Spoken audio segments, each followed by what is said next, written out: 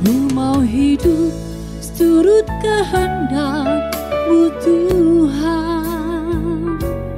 Ku mau memberi semua yang dapat Ku berikan. Ku mengasihi-Mu lebih dari semua, melayani-Mu di bumi, di surga.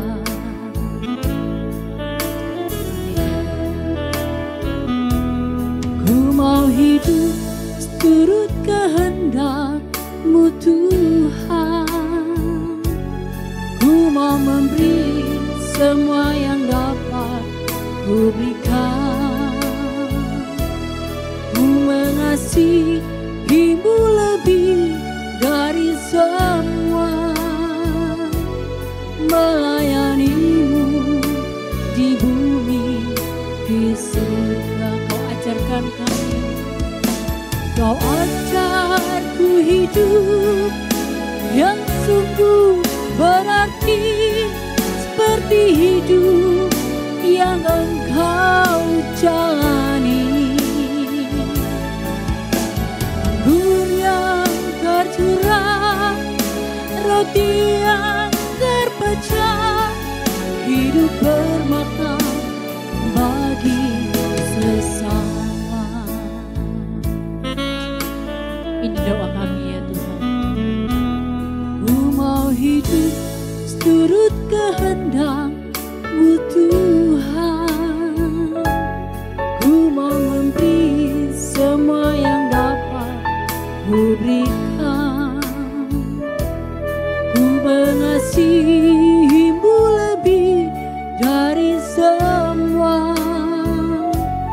melayani-Mu di bumi, di surga. Kau ajarkan, Kau ajarku hidup yang sungguh berarti, seperti hidup yang Engkau jalani. Anggur yang tercurah, roti yang terpecah, hidup bermakna bagi sesama. Kau ajarkan kami Tuhan, Kau ajarku hidup yang sungguh berarti, seperti hidup yang Engkau jalani. Anggur yang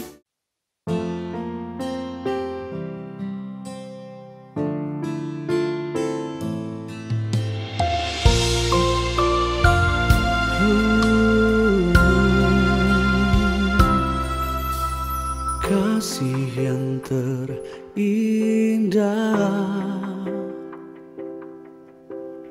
telah ku terima. Kasih yang terbesar dari-Mu Yesus.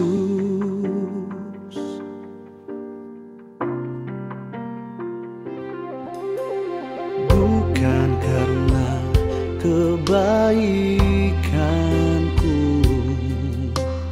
bukan karena hebatku, namun oleh anugerah kemurahan-Mu Tuhan. Engkau baik, Engkau baik, sungguh baik bagiku.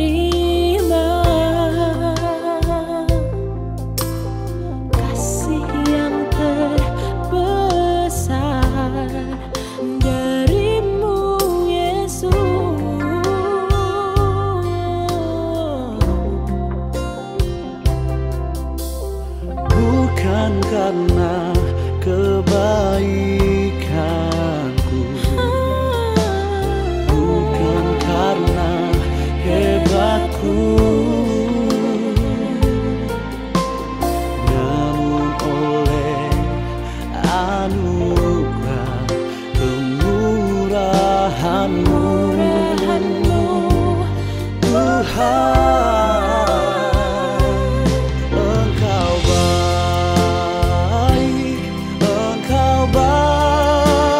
baik, sungguh baik bagiku. Sungguh baik bagiku. Engkau mulia, mulia namamu, Yesus.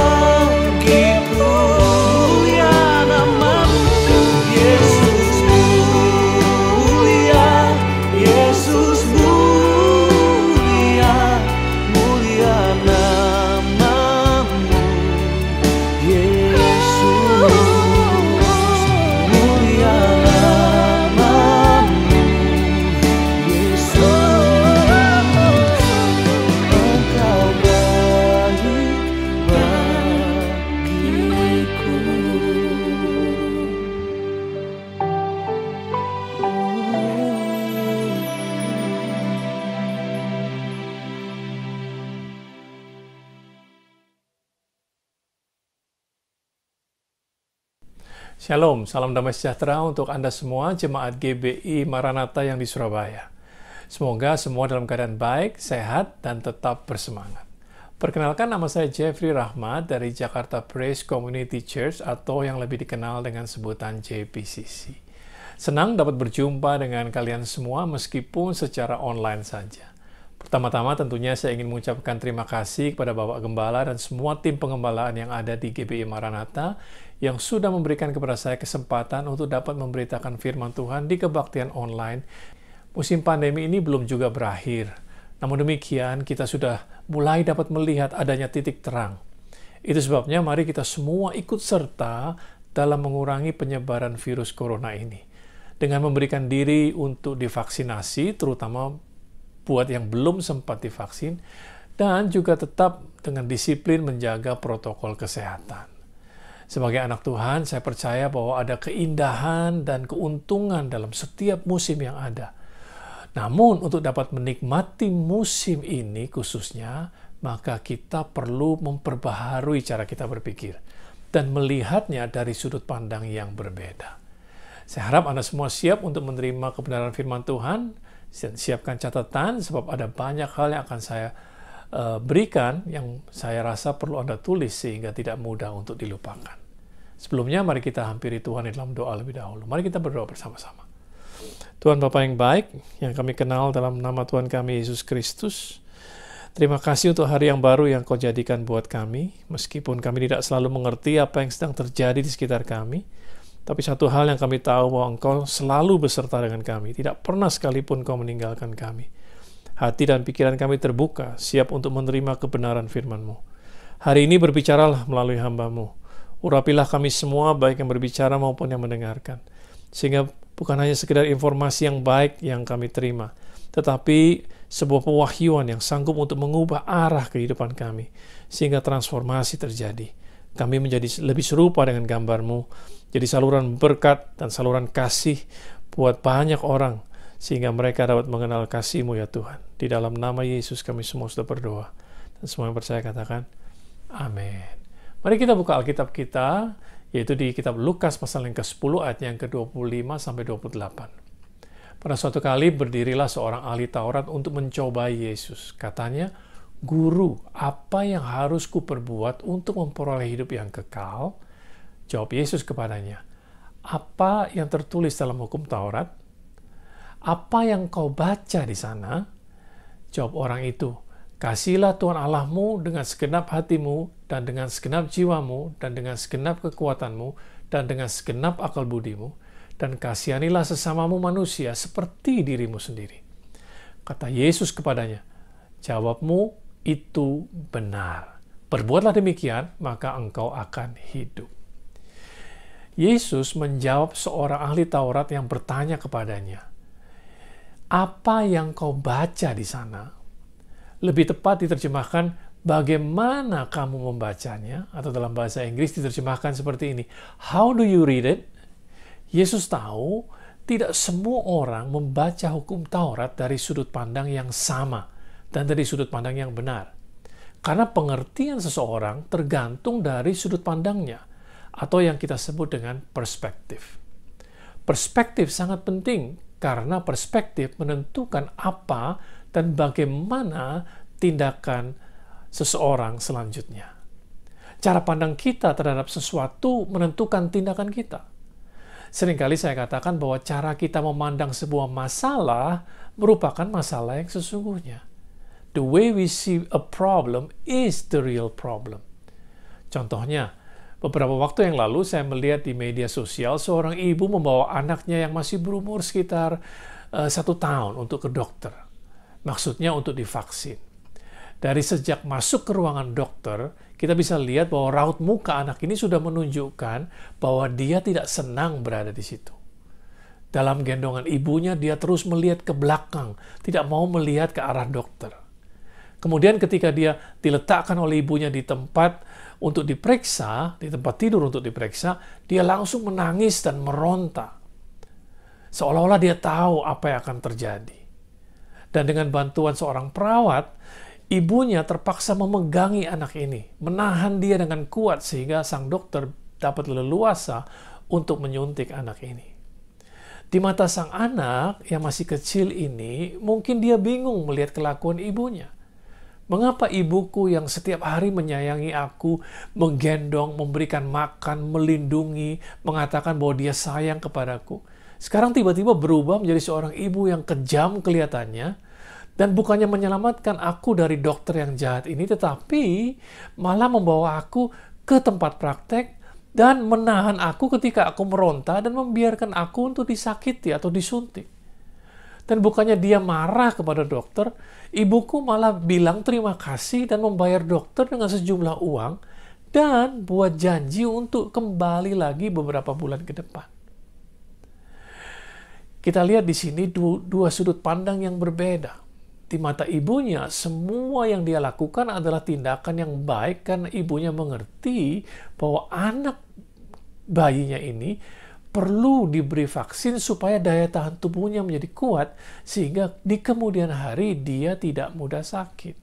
Sedangkan pengetahuan si anak kecil ini sangat terbatas sehingga apa yang dia rasa dan bagaimana dia memproses atau menganalisa keadaan hanya berdasarkan apa yang dia lihat pada saat itu saja.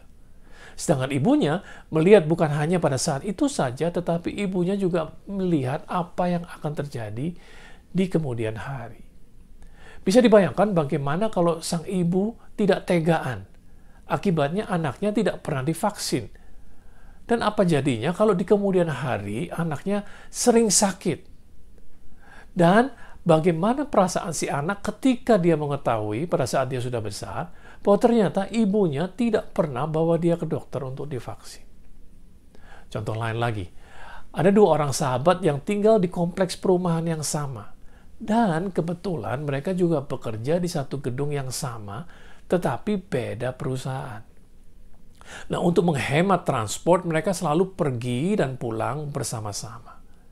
Suatu sore sekitar jam 5, teman yang bekerja di lantai 10 menelpon temannya yang bekerja di lobi di lantai dasar. Dia bertanya, "Kamu sudah selesai kerja belum? Kalau sudah, mari kita pulang." Dengan tertawa, teman yang di lobi merespon, "Kalau mau ajak pulang, lihat-lihat dulu dong ke jalanan. Kamu nggak lihat macetnya luar biasa seperti ini? Kok malah ngajakin pulang? Mendingan kita ke kantin aja dulu sambil menunggu jalanan lancar." Tetapi teman yang di lantai 10 menjawab dengan tersenyum. Katanya, "Justru saya sekarang sedang melihat ke jalanan." Namun yang kamu tidak tahu adalah mengapa di depan gedung kita macet total. Bahwa ada bus yang bertabrakan dengan mobil tepat di 2 gedung sebelah kita. Itu menimbulkan kemacetan. Tetapi sekarang bus dan mobil itu sedang dimasukkan ke dalam parkiran gedung, dan dari titik itu ke sana jalanan sangat-sangat sepi dan kosong. Makanya saya hubungi kamu. Kalau mau pulang, sekaranglah waktunya. Satu kejadian, namun 2 cara pandang yang berbeda. Yang satu melihat masalah dan tidak dapat melihat jalan keluar, sedangkan yang satu lagi melihat masalah yang sama, namun pada saat yang bersamaan juga melihat sebuah kesempatan. Yesaya 55 ayat yang ke-8 dan 9 katakan seperti ini. "Sebab rancanganku bukanlah rancanganmu, dan jalanmu bukanlah jalanku. Demikianlah firman Tuhan. Seperti tingginya langit dari bumi, demikianlah tingginya jalanku dari jalanmu dan rancanganku dari rancanganmu." Tuhan adalah Alfa dan Omega. Dia yang awal dan yang akhir. Dia bisa melihat akhir dari sebuah awal, dan dia dapat melihat awal dari sebuah akhir. Dan dari ayat yang baru kita baca ini dikatakan bahwa Tuhan melihat dari atas, sedangkan kita melihat atau kita ada di bawah. Itu sebabnya cara pandang kita berbeda dengan cara pandangnya Tuhan. Kalau kita ingin mempunyai cara pandang yang sama, maka kita yang harus naik ke atas. Bagaimana caranya? Dengan memakai iman yang datang dari pendengaran akan firman Tuhan. Dan pada saat kita mempelajari firman Tuhan atau membaca atau mendengarkan firman Tuhan, maka kita akan mengenal jalan-jalannya Tuhan. Dan juga akan mengenal karakternya Tuhan. Bahwa Tuhan itu benar. Bahwa Tuhan itu tidak pernah iseng. Semua yang dia lakukan mempunyai tujuan yang pasti. Dan itu baik adanya buat kita. Mari kita buka kitab Lukas pasal yang ke-22 ayatnya 31 dan ayatnya ke-32. Firman Tuhan katakan seperti ini. "Simon, Simon, lihat iblis telah menuntut untuk menampi kamu seperti gandum. Tetapi aku telah berdoa untuk engkau, supaya imanmu jangan gugur. Dan engkau, jikalau engkau sudah insyaf, kuatkanlah saudara-saudaramu." Apakah Anda pernah melihat seorang menampi gandum atau beras? Beras yang ada dalam penampian itu biasanya dilemparkan ke atas, kemudian jatuh ke penampian, terus diayak, kemudian dilemparkan lagi ke atas, dan kejadian ini bisa dilakukan berulang-ulang kali. Di sini Yesus sedang memperingatkan Simon dan semua muridnya yang lain. Akibat dari apa yang akan dialami oleh Yesus, mereka, murid-muridnya akan mengalami guncangan-guncangan, seperti naik roller coaster. Nah, kata "kamu" di ayat yang pertama, ayat yang ke-31 ini, dalam bahasa aslinya adalah jamak. Jadi bukan hanya Simon saja, tetapi semua murid-murid. Nah, mungkin banyak di antara kita yang bertanya-tanya, sama seperti saya juga bertanya-tanya, mengapa Yesus membiarkan hal itu terjadi? Mengapa Yesus tidak melarang atau mengusir iblis? Kan jauh lebih baik daripada membiarkan murid-muridnya ditampi oleh si jahat. Apa sih tujuan orang menampi?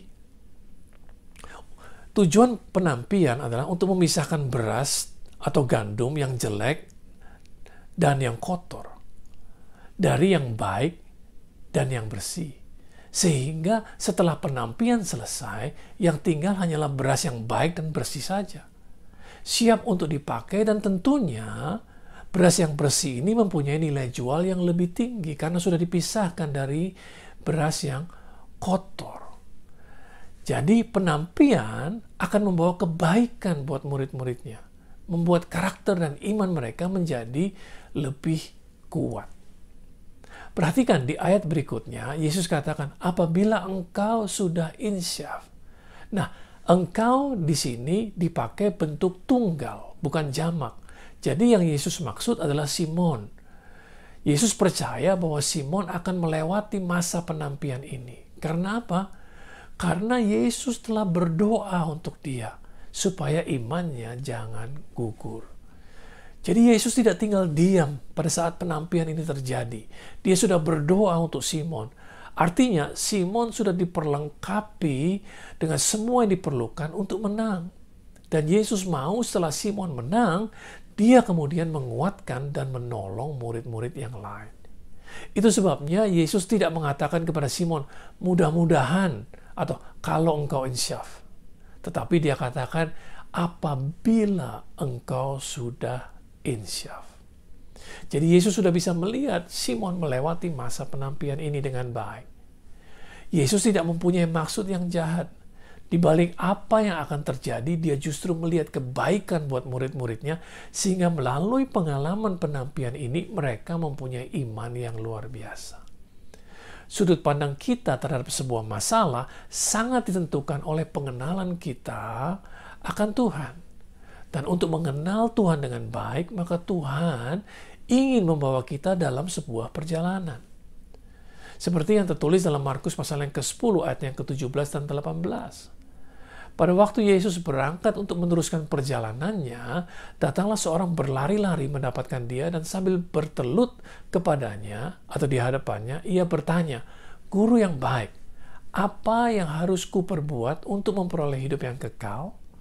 Jawab Yesus, "Mengapa kau katakan aku baik? Tak seorang pun yang baik selain daripada Allah saja." Nah, orang ini tidak mengenal Yesus secara pribadi. Dia cuma ikut-ikutan saja memanggil Yesus baik. Dan kalau kita baca percakapan seterusnya, kita dapati bahwa dia malah pergi meninggalkan Yesus dengan kecewa, dan dia menolak ketika diajak untuk mengikut Yesus, yang baru saja dia katakan sebagai guru yang baik. Cepat sekali perubahan dia, cara pandang dia tentang siapa Yesus. Apakah kita sama seperti orang ini? Kita hanya menganggap Yesus baik kalau semua permintaan kita dikabulkan, atau kalau semua yang kita mau diberikan. Begitu bertemu dengan penderitaan, atau kita ditolak permintaannya, atau kita bertemu dengan hal-hal yang sulit atau ujian kehidupan, kita langsung mempertanyakan di mana kasih dan kebaikan Tuhan. Bahkan ada banyak orang juga yang berhenti pelayanan dan tidak mau lagi datang ke gereja.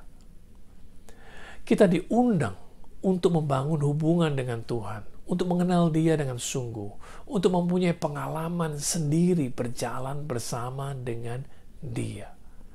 Mazmur 34 ayat yang ke-8 katakan, "Kecaplah dan lihatlah betapa baiknya Tuhan itu. Berbahagialah orang yang berlindung padanya." Jadi buktikan sendiri kebaikan Tuhan, alami sendiri. Karena pada akhirnya pengalaman-pengalaman kita berjalan bersama dengan Tuhanlah yang membangun iman, yang memberikan kekuatan kepada kita sebagai modal untuk dapat menang melawan setiap persoalan yang sedang menghadang kita sekarang ini dan yang akan ada di masa datang.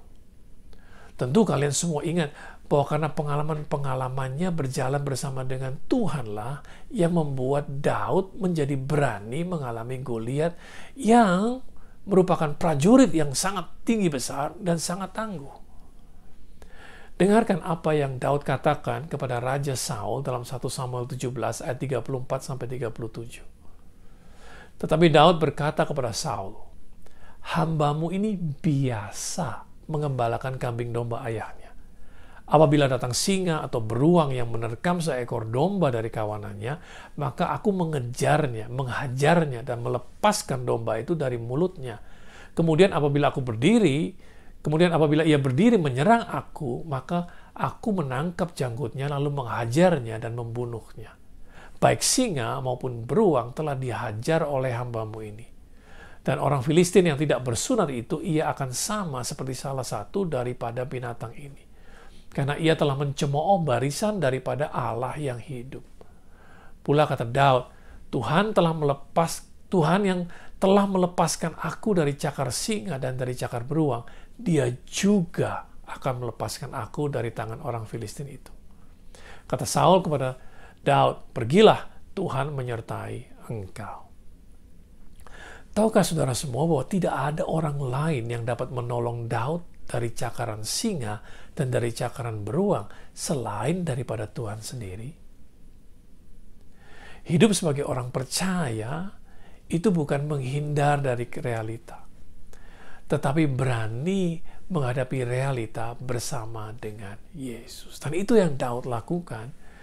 Pengalamannya dalam mengembalakan kambing domba ayahnya membuat dia berani menghadapi realita, yaitu Goliat yang dengan leluasa sedang menantang barisan tentara Allah pada waktu itu.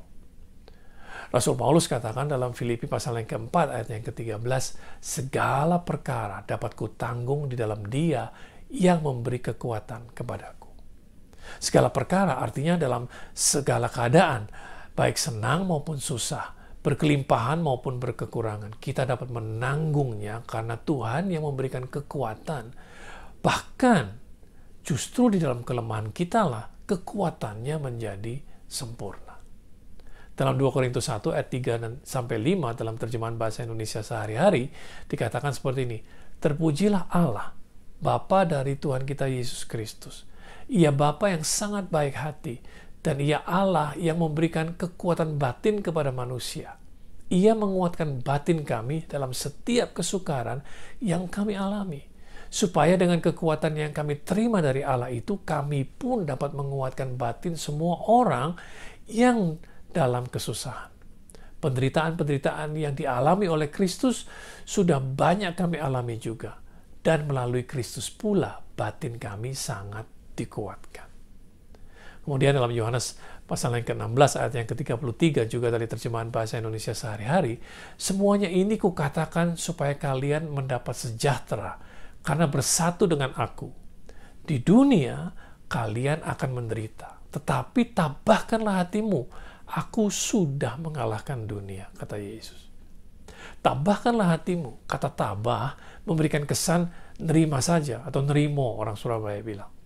Tetapi dalam bahasa aslinya, kata tabah ini lebih tepat diterjemahkan seperti yang diterjemahkan ke dalam bahasa Inggris, yaitu be of good cheer, yang artinya bersukacitalah. Mengapa disuruh bersukacita? Sebab aku, Yesus, sudah mengalahkan dunia. Jadi Yesus memperingatkan murid-muridnya bahwa di dunia ini mereka akan mengalami penderitaan.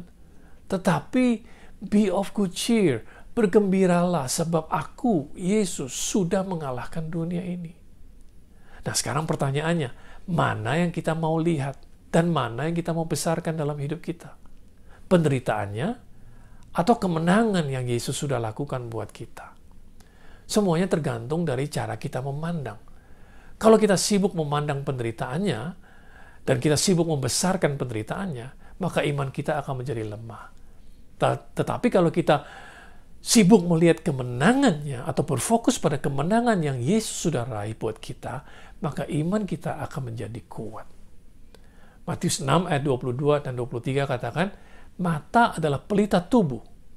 Jika matamu baik, teranglah seluruh tubuhmu. Jika matamu jahat, gelaplah seluruh tubuhmu. Jadi jika terang yang ada padamu gelap, betapa gelapnya kegelapan itu. Mata yang baik itu seperti apa sih? Alkitab berkata mata adalah pelita tubuh.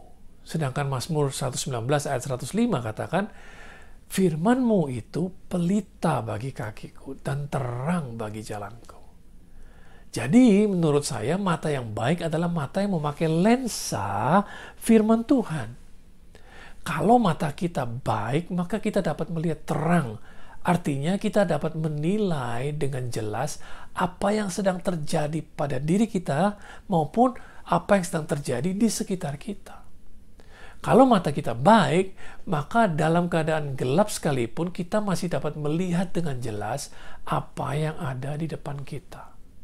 Saya sering melihat di film-film perang khususnya, para tentara memakai kacamata khusus pada malam hari, sehingga dalam keadaan gelap sekalipun atau dalam hutan belantara sekalipun, dalam malam hari, mereka masih dapat melihat dan bergerak dengan sangat leluasa. Kalau kita memakai lensa dari dunia ini, kita sedang memakai kacamata hitam. Dalam keadaan terang pun, kita melihatnya lebih gelap. Apalagi kalau kita berada di dalam kegelapan. Betapa gelapnya kegelapan itu. Memakai lensa firman Tuhan bukan berarti kita menjadi orang yang super rohani, tetapi kita menjadi orang yang dapat menemukan terang dalam segala keadaan, meskipun dalam kegelapan.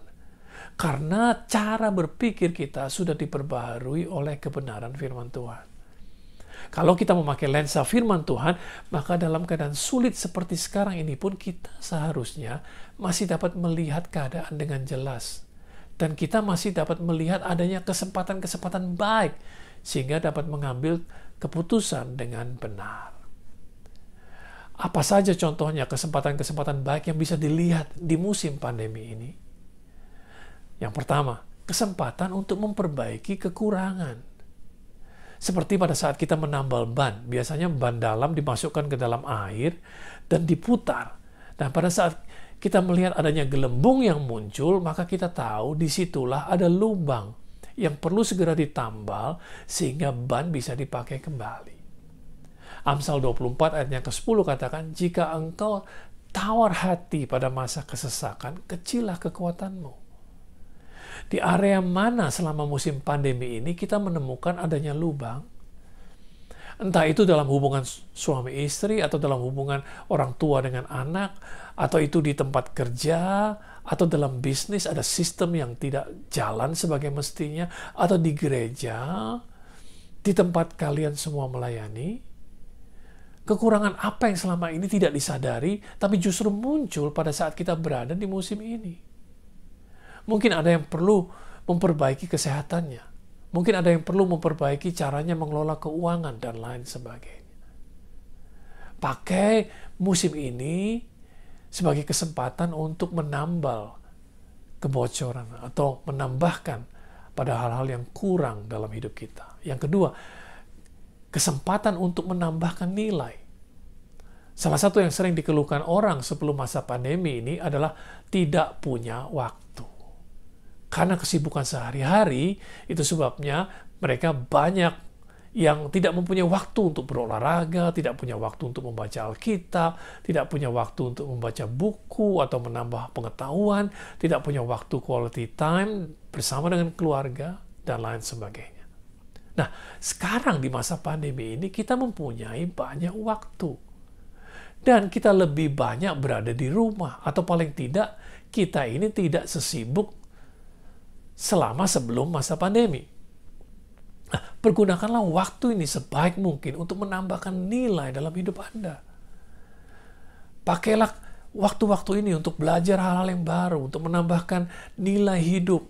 Seperti mungkin membaca buku, melukis, memasak, belajar bahasa asing, atau belajar fotografi, atau belajar memainkan alat musik, atau belajar berbisnis, dan lain sebagainya. Pakailah kesempatan ini untuk menambahkan nilai dalam hidup saudara sendiri. Yang ketiga, ini merupakan kesempatan untuk menggali dan meningkatkan kreativitas. Kreativitas biasanya muncul pada saat manusia dibatasi. Pada saat apa yang ada di tangan kita terbatas, maka kita akan mulai memutar otak dan biasanya keluar dengan ide atau kreativitas yang baru. Dulu ada film seri TV yang tidak pernah saya lewatkan, namanya MacGyver. Mungkin banyak di antara kalian juga yang tahu. Plot ceritanya selalu tentang kreativitas, bagaimana MacGyver di dalam segala keterbatasannya selalu dapat keluar dengan ide-ide yang kreatif. Selama musim pandemi ini sudah banyak orang yang keluar dengan kreativitas yang baru. Seperti contohnya, mereka mulai mengganti sistem pencet dengan sensor. Jadi kalau kita mau membuka pintu atau mau mencet lift, sekarang kita tidak perlu lagi, karena kita cukup hanya mendekatkan tangan kita saja, maka pintunya sudah terbuka.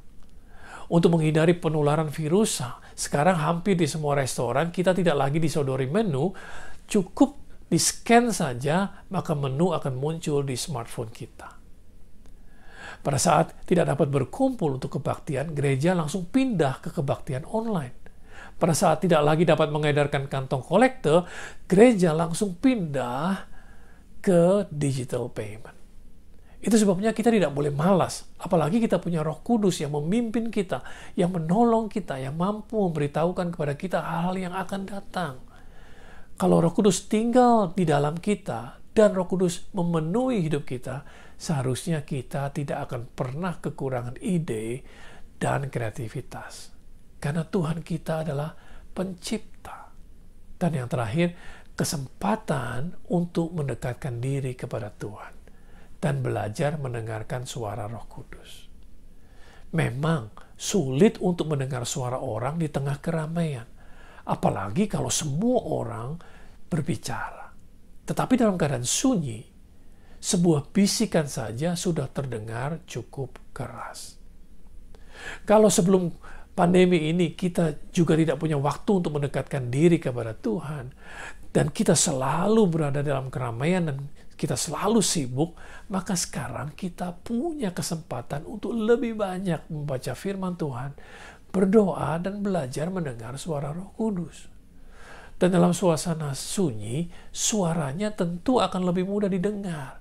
Dan kalau kita memberikan perhatian, maka kita akan dapat menemukan tuntunan Tuhan buat kita dalam menghadapi masa yang sulit ini. Sehingga musim yang banyak membuat kesulitan ini dapat Tuhan putar balikkan menjadi sesuatu yang menguntungkan, terutama buat orang-orang yang mengasihi Dia. Seperti yang tertulis dalam Roma pasal yang ke-8 ayat 28. Kalau kita sibuk mempergunakan kesempatan-kesempatan yang saya utarakan ini, maka pada saat musim ini nanti berlalu, kita pasti menjadi pribadi yang lebih baik dari sebelumnya. Kita menjadi lebih berhikmat, menjadi lebih sehat, menjadi lebih dekat dengan Tuhan, dan yang pasti lebih tinggi nilainya. Nah, saya berharap apa yang saya sampaikan hari ini menolong dan memperlengkapi Anda semua yang berada di GBI Maranatha Surabaya. Ingat, dalam penderitaanmu, be of good cheer, bersukacitalah, sebab Tuhan Yesus sudah mengalahkan dunia. Tuhan Yesus memberkati Anda semua. Amin. Percaya Tuhan penyelamat hidup kita, amin. Berikan sorak-sorai kemuliaan bagi Tuhan.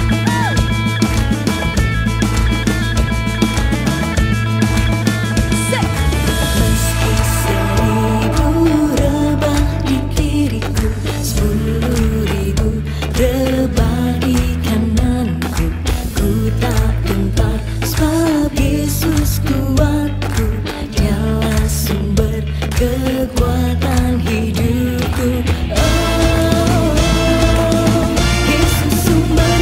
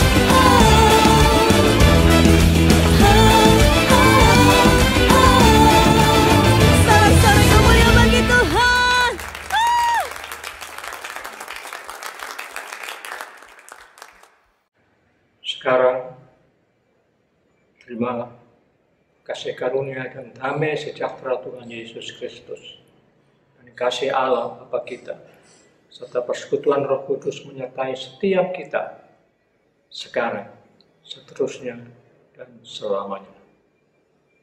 Amin.